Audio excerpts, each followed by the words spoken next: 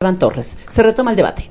Con la intervención del asambleísta por Imbabura, Silvia Salgado. Este informe de segundo debate de la reforma al Código de la Democracia necesariamente tiene que hacerse algunas reflexiones. Una de ellas es entender la dimensión respecto que es la ley del quehacer político, la ley que nos permite afianzar los pilares de la democracia, la ley que garantiza de alguna manera la gobernabilidad democrática. Y por eso es que cuando hablamos de sistemas electorales, tenemos también que estar conscientes que estos sistemas electorales no están fuera de una realidad política. Los sistemas electorales terminan por generar tendencias políticas en escenarios políticos. Entonces no se trata de un debate neutro, no se trata de posiciones que no pueden visibilizarse también intereses. Y obviamente en un espacio como esto es legítimo.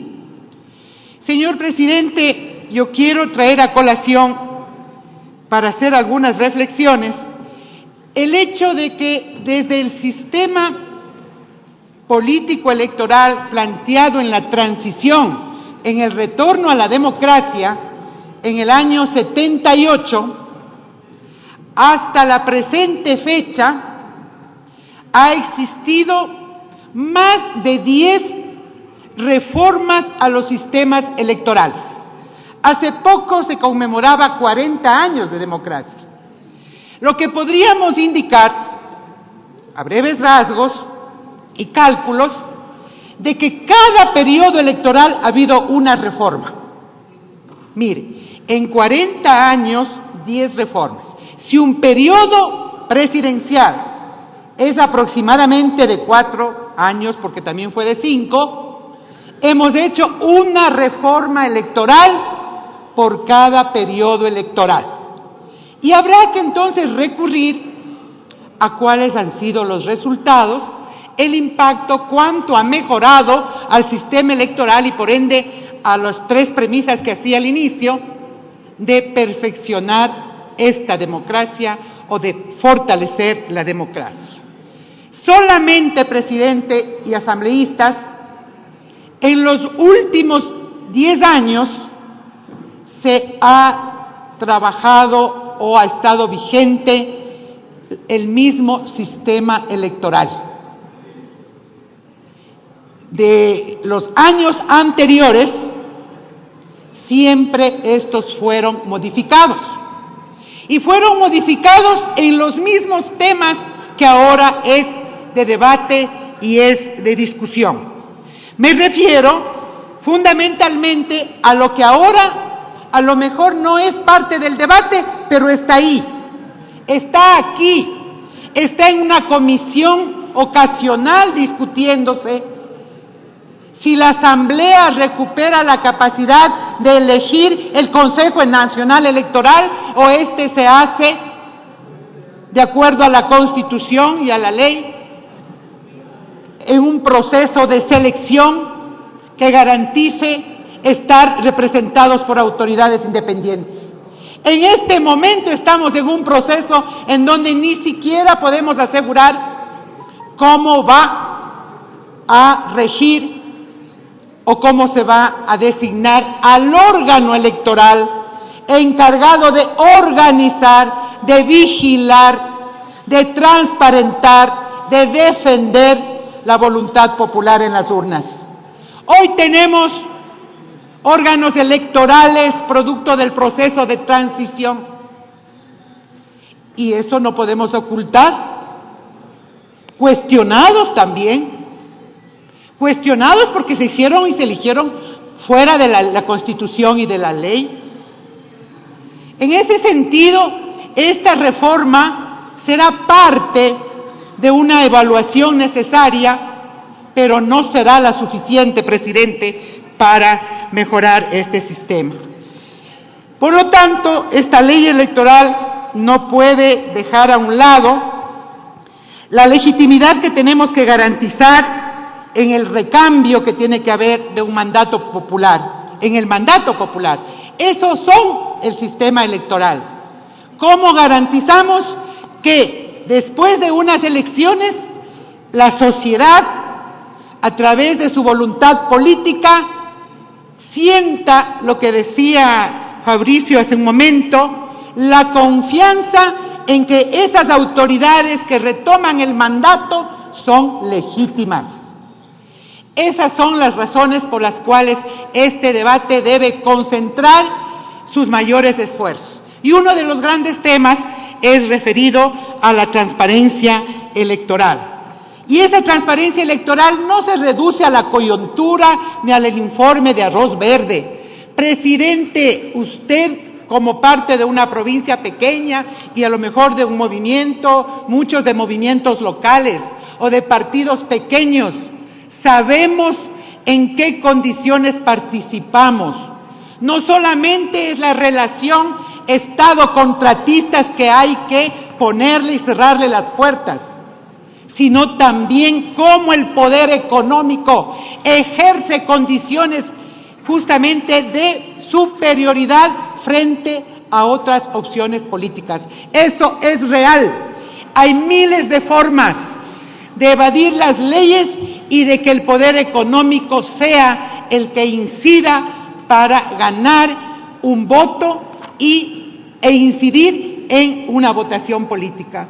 Eso es real. No es lo mismo que una persona que esté de candidato y tenga un domicilio, que una persona que tiene 10 y 15 casas en una provincia y que lo utiliza como sede, solamente como un pequeño parámetro. No es lo mismo una persona que tiene grandes empresas y que tiene a su disposición 50, 100, 200 empleados que hacen la campaña. Yo me quiero referir a que eso es precisamente el Estado el que tiene que garantizar a través de una regulación. Igualdad de condiciones políticas para que los ciudadanos expresen libremente su decisión. Eso también es transparencia. Transparencia es poner en la ley, y así lo vamos a recoger inclusive de algunos debates y a ciudadanos, respecto, empezando desde el manejo de documentos electorales. Desde ahí viene la transparencia, desde cómo se manejan los documentos electorales, las actas, los escrutinios, el reconteo de votos, cómo se maneja el padrón electoral, cómo se da justamente seguridad jurídica a la seguridad a la normativa secundaria. La ley se hace, presidente, y los reglamentos se hacen en el mismo proceso electoral. En el cálculo político de qué nos conviene.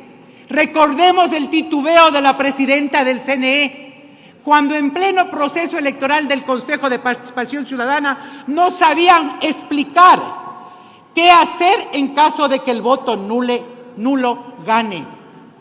Eso también debe ser parte de esta reforma. No puede haber reglamentos que se dicten o se regulen en pleno proceso. Estos deben estar claramente definidos. Señor presidente, yo creo que hay un desafío respecto a tener claro las normas del sistema de partidos. Hay cosas importantes que la Constitución de Montecristi avanzó en temas de institucionalizar la función electoral. Y por eso a lo mejor los cambios que podamos hacer no sean tan estructurales, porque Montecristi dio cuenta de un modelo político electoral de inclusión. Recordemos nomás lo que significaban los concejales. Hoy los concejales responden a circunscripciones rurales y urbanas. Lo mismo y el mismo rol juegan los distritos. Por eso no pueden desaparecer, porque son parte o son instrumentos de la inclusión democrática y de la mayor representación. Pero lo que no ha solucionado el proceso de Montecristi, yo no creo que el tema, por ejemplo, de la paridad no sea, o sea, de la Revolución Ciudadana. Yo valoro mucho el proceso de la Revolución Ciudadana, pero yo creo que la paridad es el resultado de una propuesta y de una movilización permanente del movimiento de mujeres, y que hoy tenemos que sumarnos todas las fuerzas para hacer posible que esa paridad se desarrolle en las leyes y se exprese en la política. Un minuto, asambleísta. En ese minuto le voy a decir, presidente, que tenemos que estar claro y decirle al país que con esta reforma ni con las propuestas que se ha presentado no logramos solucionar el sistema o el fortalecimiento del sistema de partidos en el país. Fundamental para la democracia. Ese es un debate pendiente y eso no lo podemos hacer a puertas de una elección y bajo los cálculos electorales para el próximo año. Por eso estas reformas tienen sus límites y no pueden ir más allá de los aportes sobre el tema de la paridad, sobre el tema de la transparencia, pero tratar temas respecto a lo estructural, realmente esta Asamblea tendrá que dejarlo pendiente, porque un sistema de partidos en donde la democracia interna principalmente no garantiza la mayor inclusión, no garantiza el mayor relevo generacional, no garantiza la capacidad y la formación de sus cuadros, y no se garantiza también en el país que los sistemas de partidos políticos sean en definitiva, presidente, la capacidad y la fortaleza de la democracia. Hoy estamos apostándoles a los movimientos locales que a lo mejor no por otra cosa, sino por eso, porque son locales, no tienen la capacidad de presentar un proyecto político nacional. Entonces no es aquí que mayor democracia sea diseminar la representación política. Tenemos que garantizar un sistema de partidos fuertes. ¿O acaso yo le seguí, presidente, a usted, y con eso finalizo y recojo además uno de los resultados del evento que realizó usted? ¿Acaso la sociedad ecuatoriana cree en el sistema de partidos políticos actuales? Por ahí debió empezar este debate. Tenemos una sociedad que obligada participa en el sistema de partidos políticos, se adecúa, sin embargo, está pensando en la posibilidad de participar como corporación, para impulsar su causa, como lo local, como lo particular. El país no tiene una propuesta nacional de desarrollo económico, social y político, porque el sistema nacional de partidos, ni en esta ley, ni en el debate ecuatoriano ha sido prioridad. Muchísimas gracias, presidente. Tiene la palabra el asambleísta Henry Llanes.